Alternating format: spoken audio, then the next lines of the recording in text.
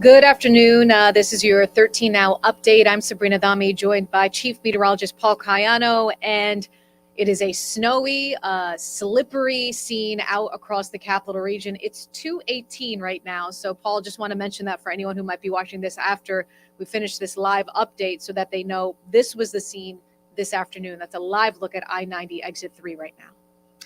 Yeah, and the snow has seemed to pick up, at least in coverage. Visibilities have gone down.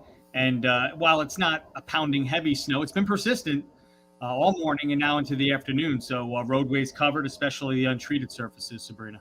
Yes, you can see that slow ride in that live look. Let's take a couple more shots of our main roads so people can see kind of what it's looking like right now if they're planning to head out soon as we get closer to the evening commute. That's the Northway exit 4, snow covered. You can see just the spots that are free of snow are just from tire tracks, it looks like. And then another look, Paul, we'll check out 890 at exit 7. Again, same scene. So it's just a tough drive out there right now.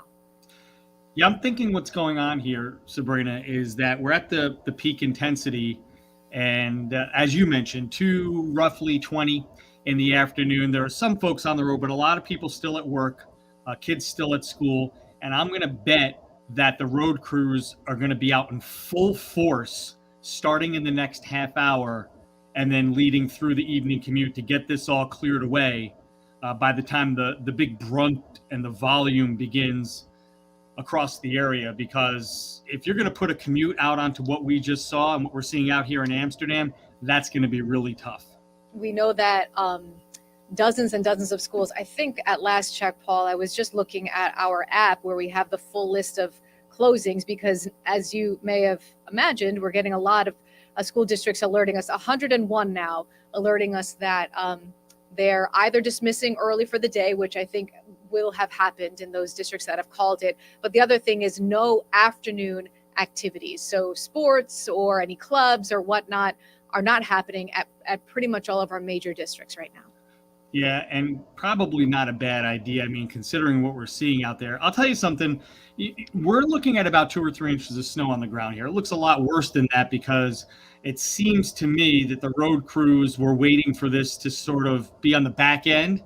But once they start passing, this is going to clear out pretty quickly. And the snow itself is going to wind down, probably not until after the commute. So the commute home is still going to be slow, even if the crews get out there.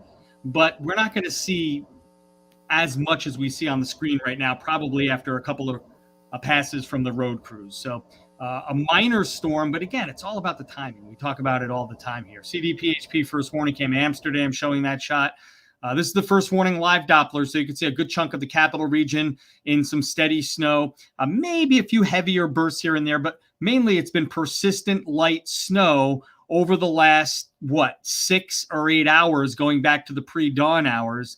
And some of it was so light, it wasn't even really adding up at all. It was kind of a misty, sort of drizzly kind of snow shower action going on. But now things have picked up as the storm system's tracking up the East Coast. But you could see decidedly here, watch the shot, the last one right here. We're on the back edge of this thing. So we have a few more hours of this steady snow left. And again, that'll add up. We'll wind up with 3, 4, 5 inches of snow across a good chunk of the capital region before it's all over with, maybe even more in Western New England and parts of the Taconics, 4 to 6. But again, it's not so much the amount, it's that it impacted the morning drive, and it has the potential to impact the evening drive, especially if those road crews don't start picking things up here in the next 30 to 60 minutes. Temperatures well below freezing. We have a little bit of a wind chill out there right now, and this is going to become the story heading into tomorrow and beyond. Look at the wind chill when the kids head out to the bus stop tomorrow, near 0, and then only getting up into the lower teens. This is what it will feel like, let's say after school tomorrow, kids waiting at the bus, only 12. And that's in town, some places lower than that, with a strong gusty wind and high temperatures in the 20s. We'll track the weather here. Notice light snow persisting through 3 o'clock, but watch what happens quickly. By 6 or 7 o'clock, it dries right out and moves off into New England. That's why I think as we get toward the end of the drive and then beyond, especially roads that are treated, and this is probably why the crews are waiting, they know this thing is going to come to an end, and they can make it in one sweep this evening and have everything cleared out for the night tonight. And notice it stays dry tomorrow. Still, though, we talked about blustery and colder weather taking over as the headline. Then starting on Thursday and into the weekend, a few shots of flurries and snow showers coming through, which will reinforce the colder air. So down to 14 tonight with the snow ending early this evening, then partly cloudy, up to 24 tomorrow. But remember, that wind is going to make it feel much colder through the day. Hey, you want some winter? How about this? It looks like January on the 7-day. Flurries, snow showers Thursday, Friday, Saturday. The breeze picking up. Look at that Saturday high, 17. Not even going to feel like that with the wind. It'll feel closer to 0. And then way at the end of the 7-day there, what we were used to this winter comes back with high temperatures bumping back up into the 30s. I know, Paul, you and the weather team talked about this snow, this kind of nuisance snow all day today that was, as you said, was going to start this morning and linger on all day. Did we get a little more than maybe than you expected?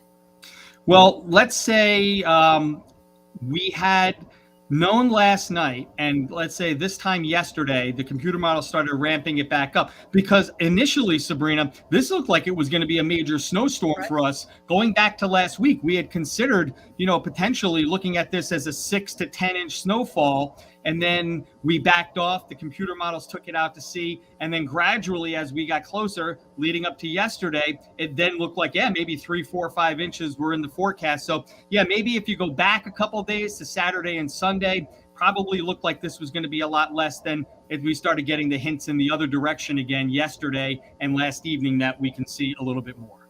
As you always say, timing is everything.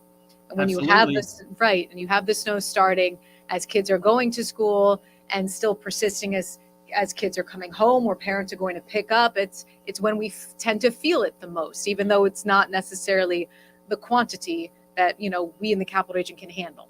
Great point. I mean, we can't emphasize it enough. And, we do this on social media, and people like to say, it's January, it's winter in upstate New York. This is what we expect to see, what you see on the screen now. But that doesn't mean it doesn't slow down your commute. It doesn't mean that your kids don't get dismissed early and you have to figure that out.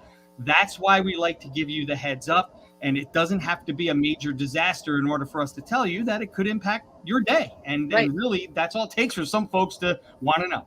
And in this case, it has. But as usual, you and the weather team are all over it. So thank you for keeping us up to date on the situation live outside right now, 2:25 in the afternoon on this Tuesday. Paul, we'll get the latest from you live at 4 when it sounds like, as you said, things are going to be winding down at that point, but I know you'll have the update at that point for us. You got it. We'll see you then. All right. Thank you so much. And that is your 13 Now update on this snowy Tuesday, January 16th. We'll see you on air on News Channel 13 starting live at 4. I'm Sabrina Dami.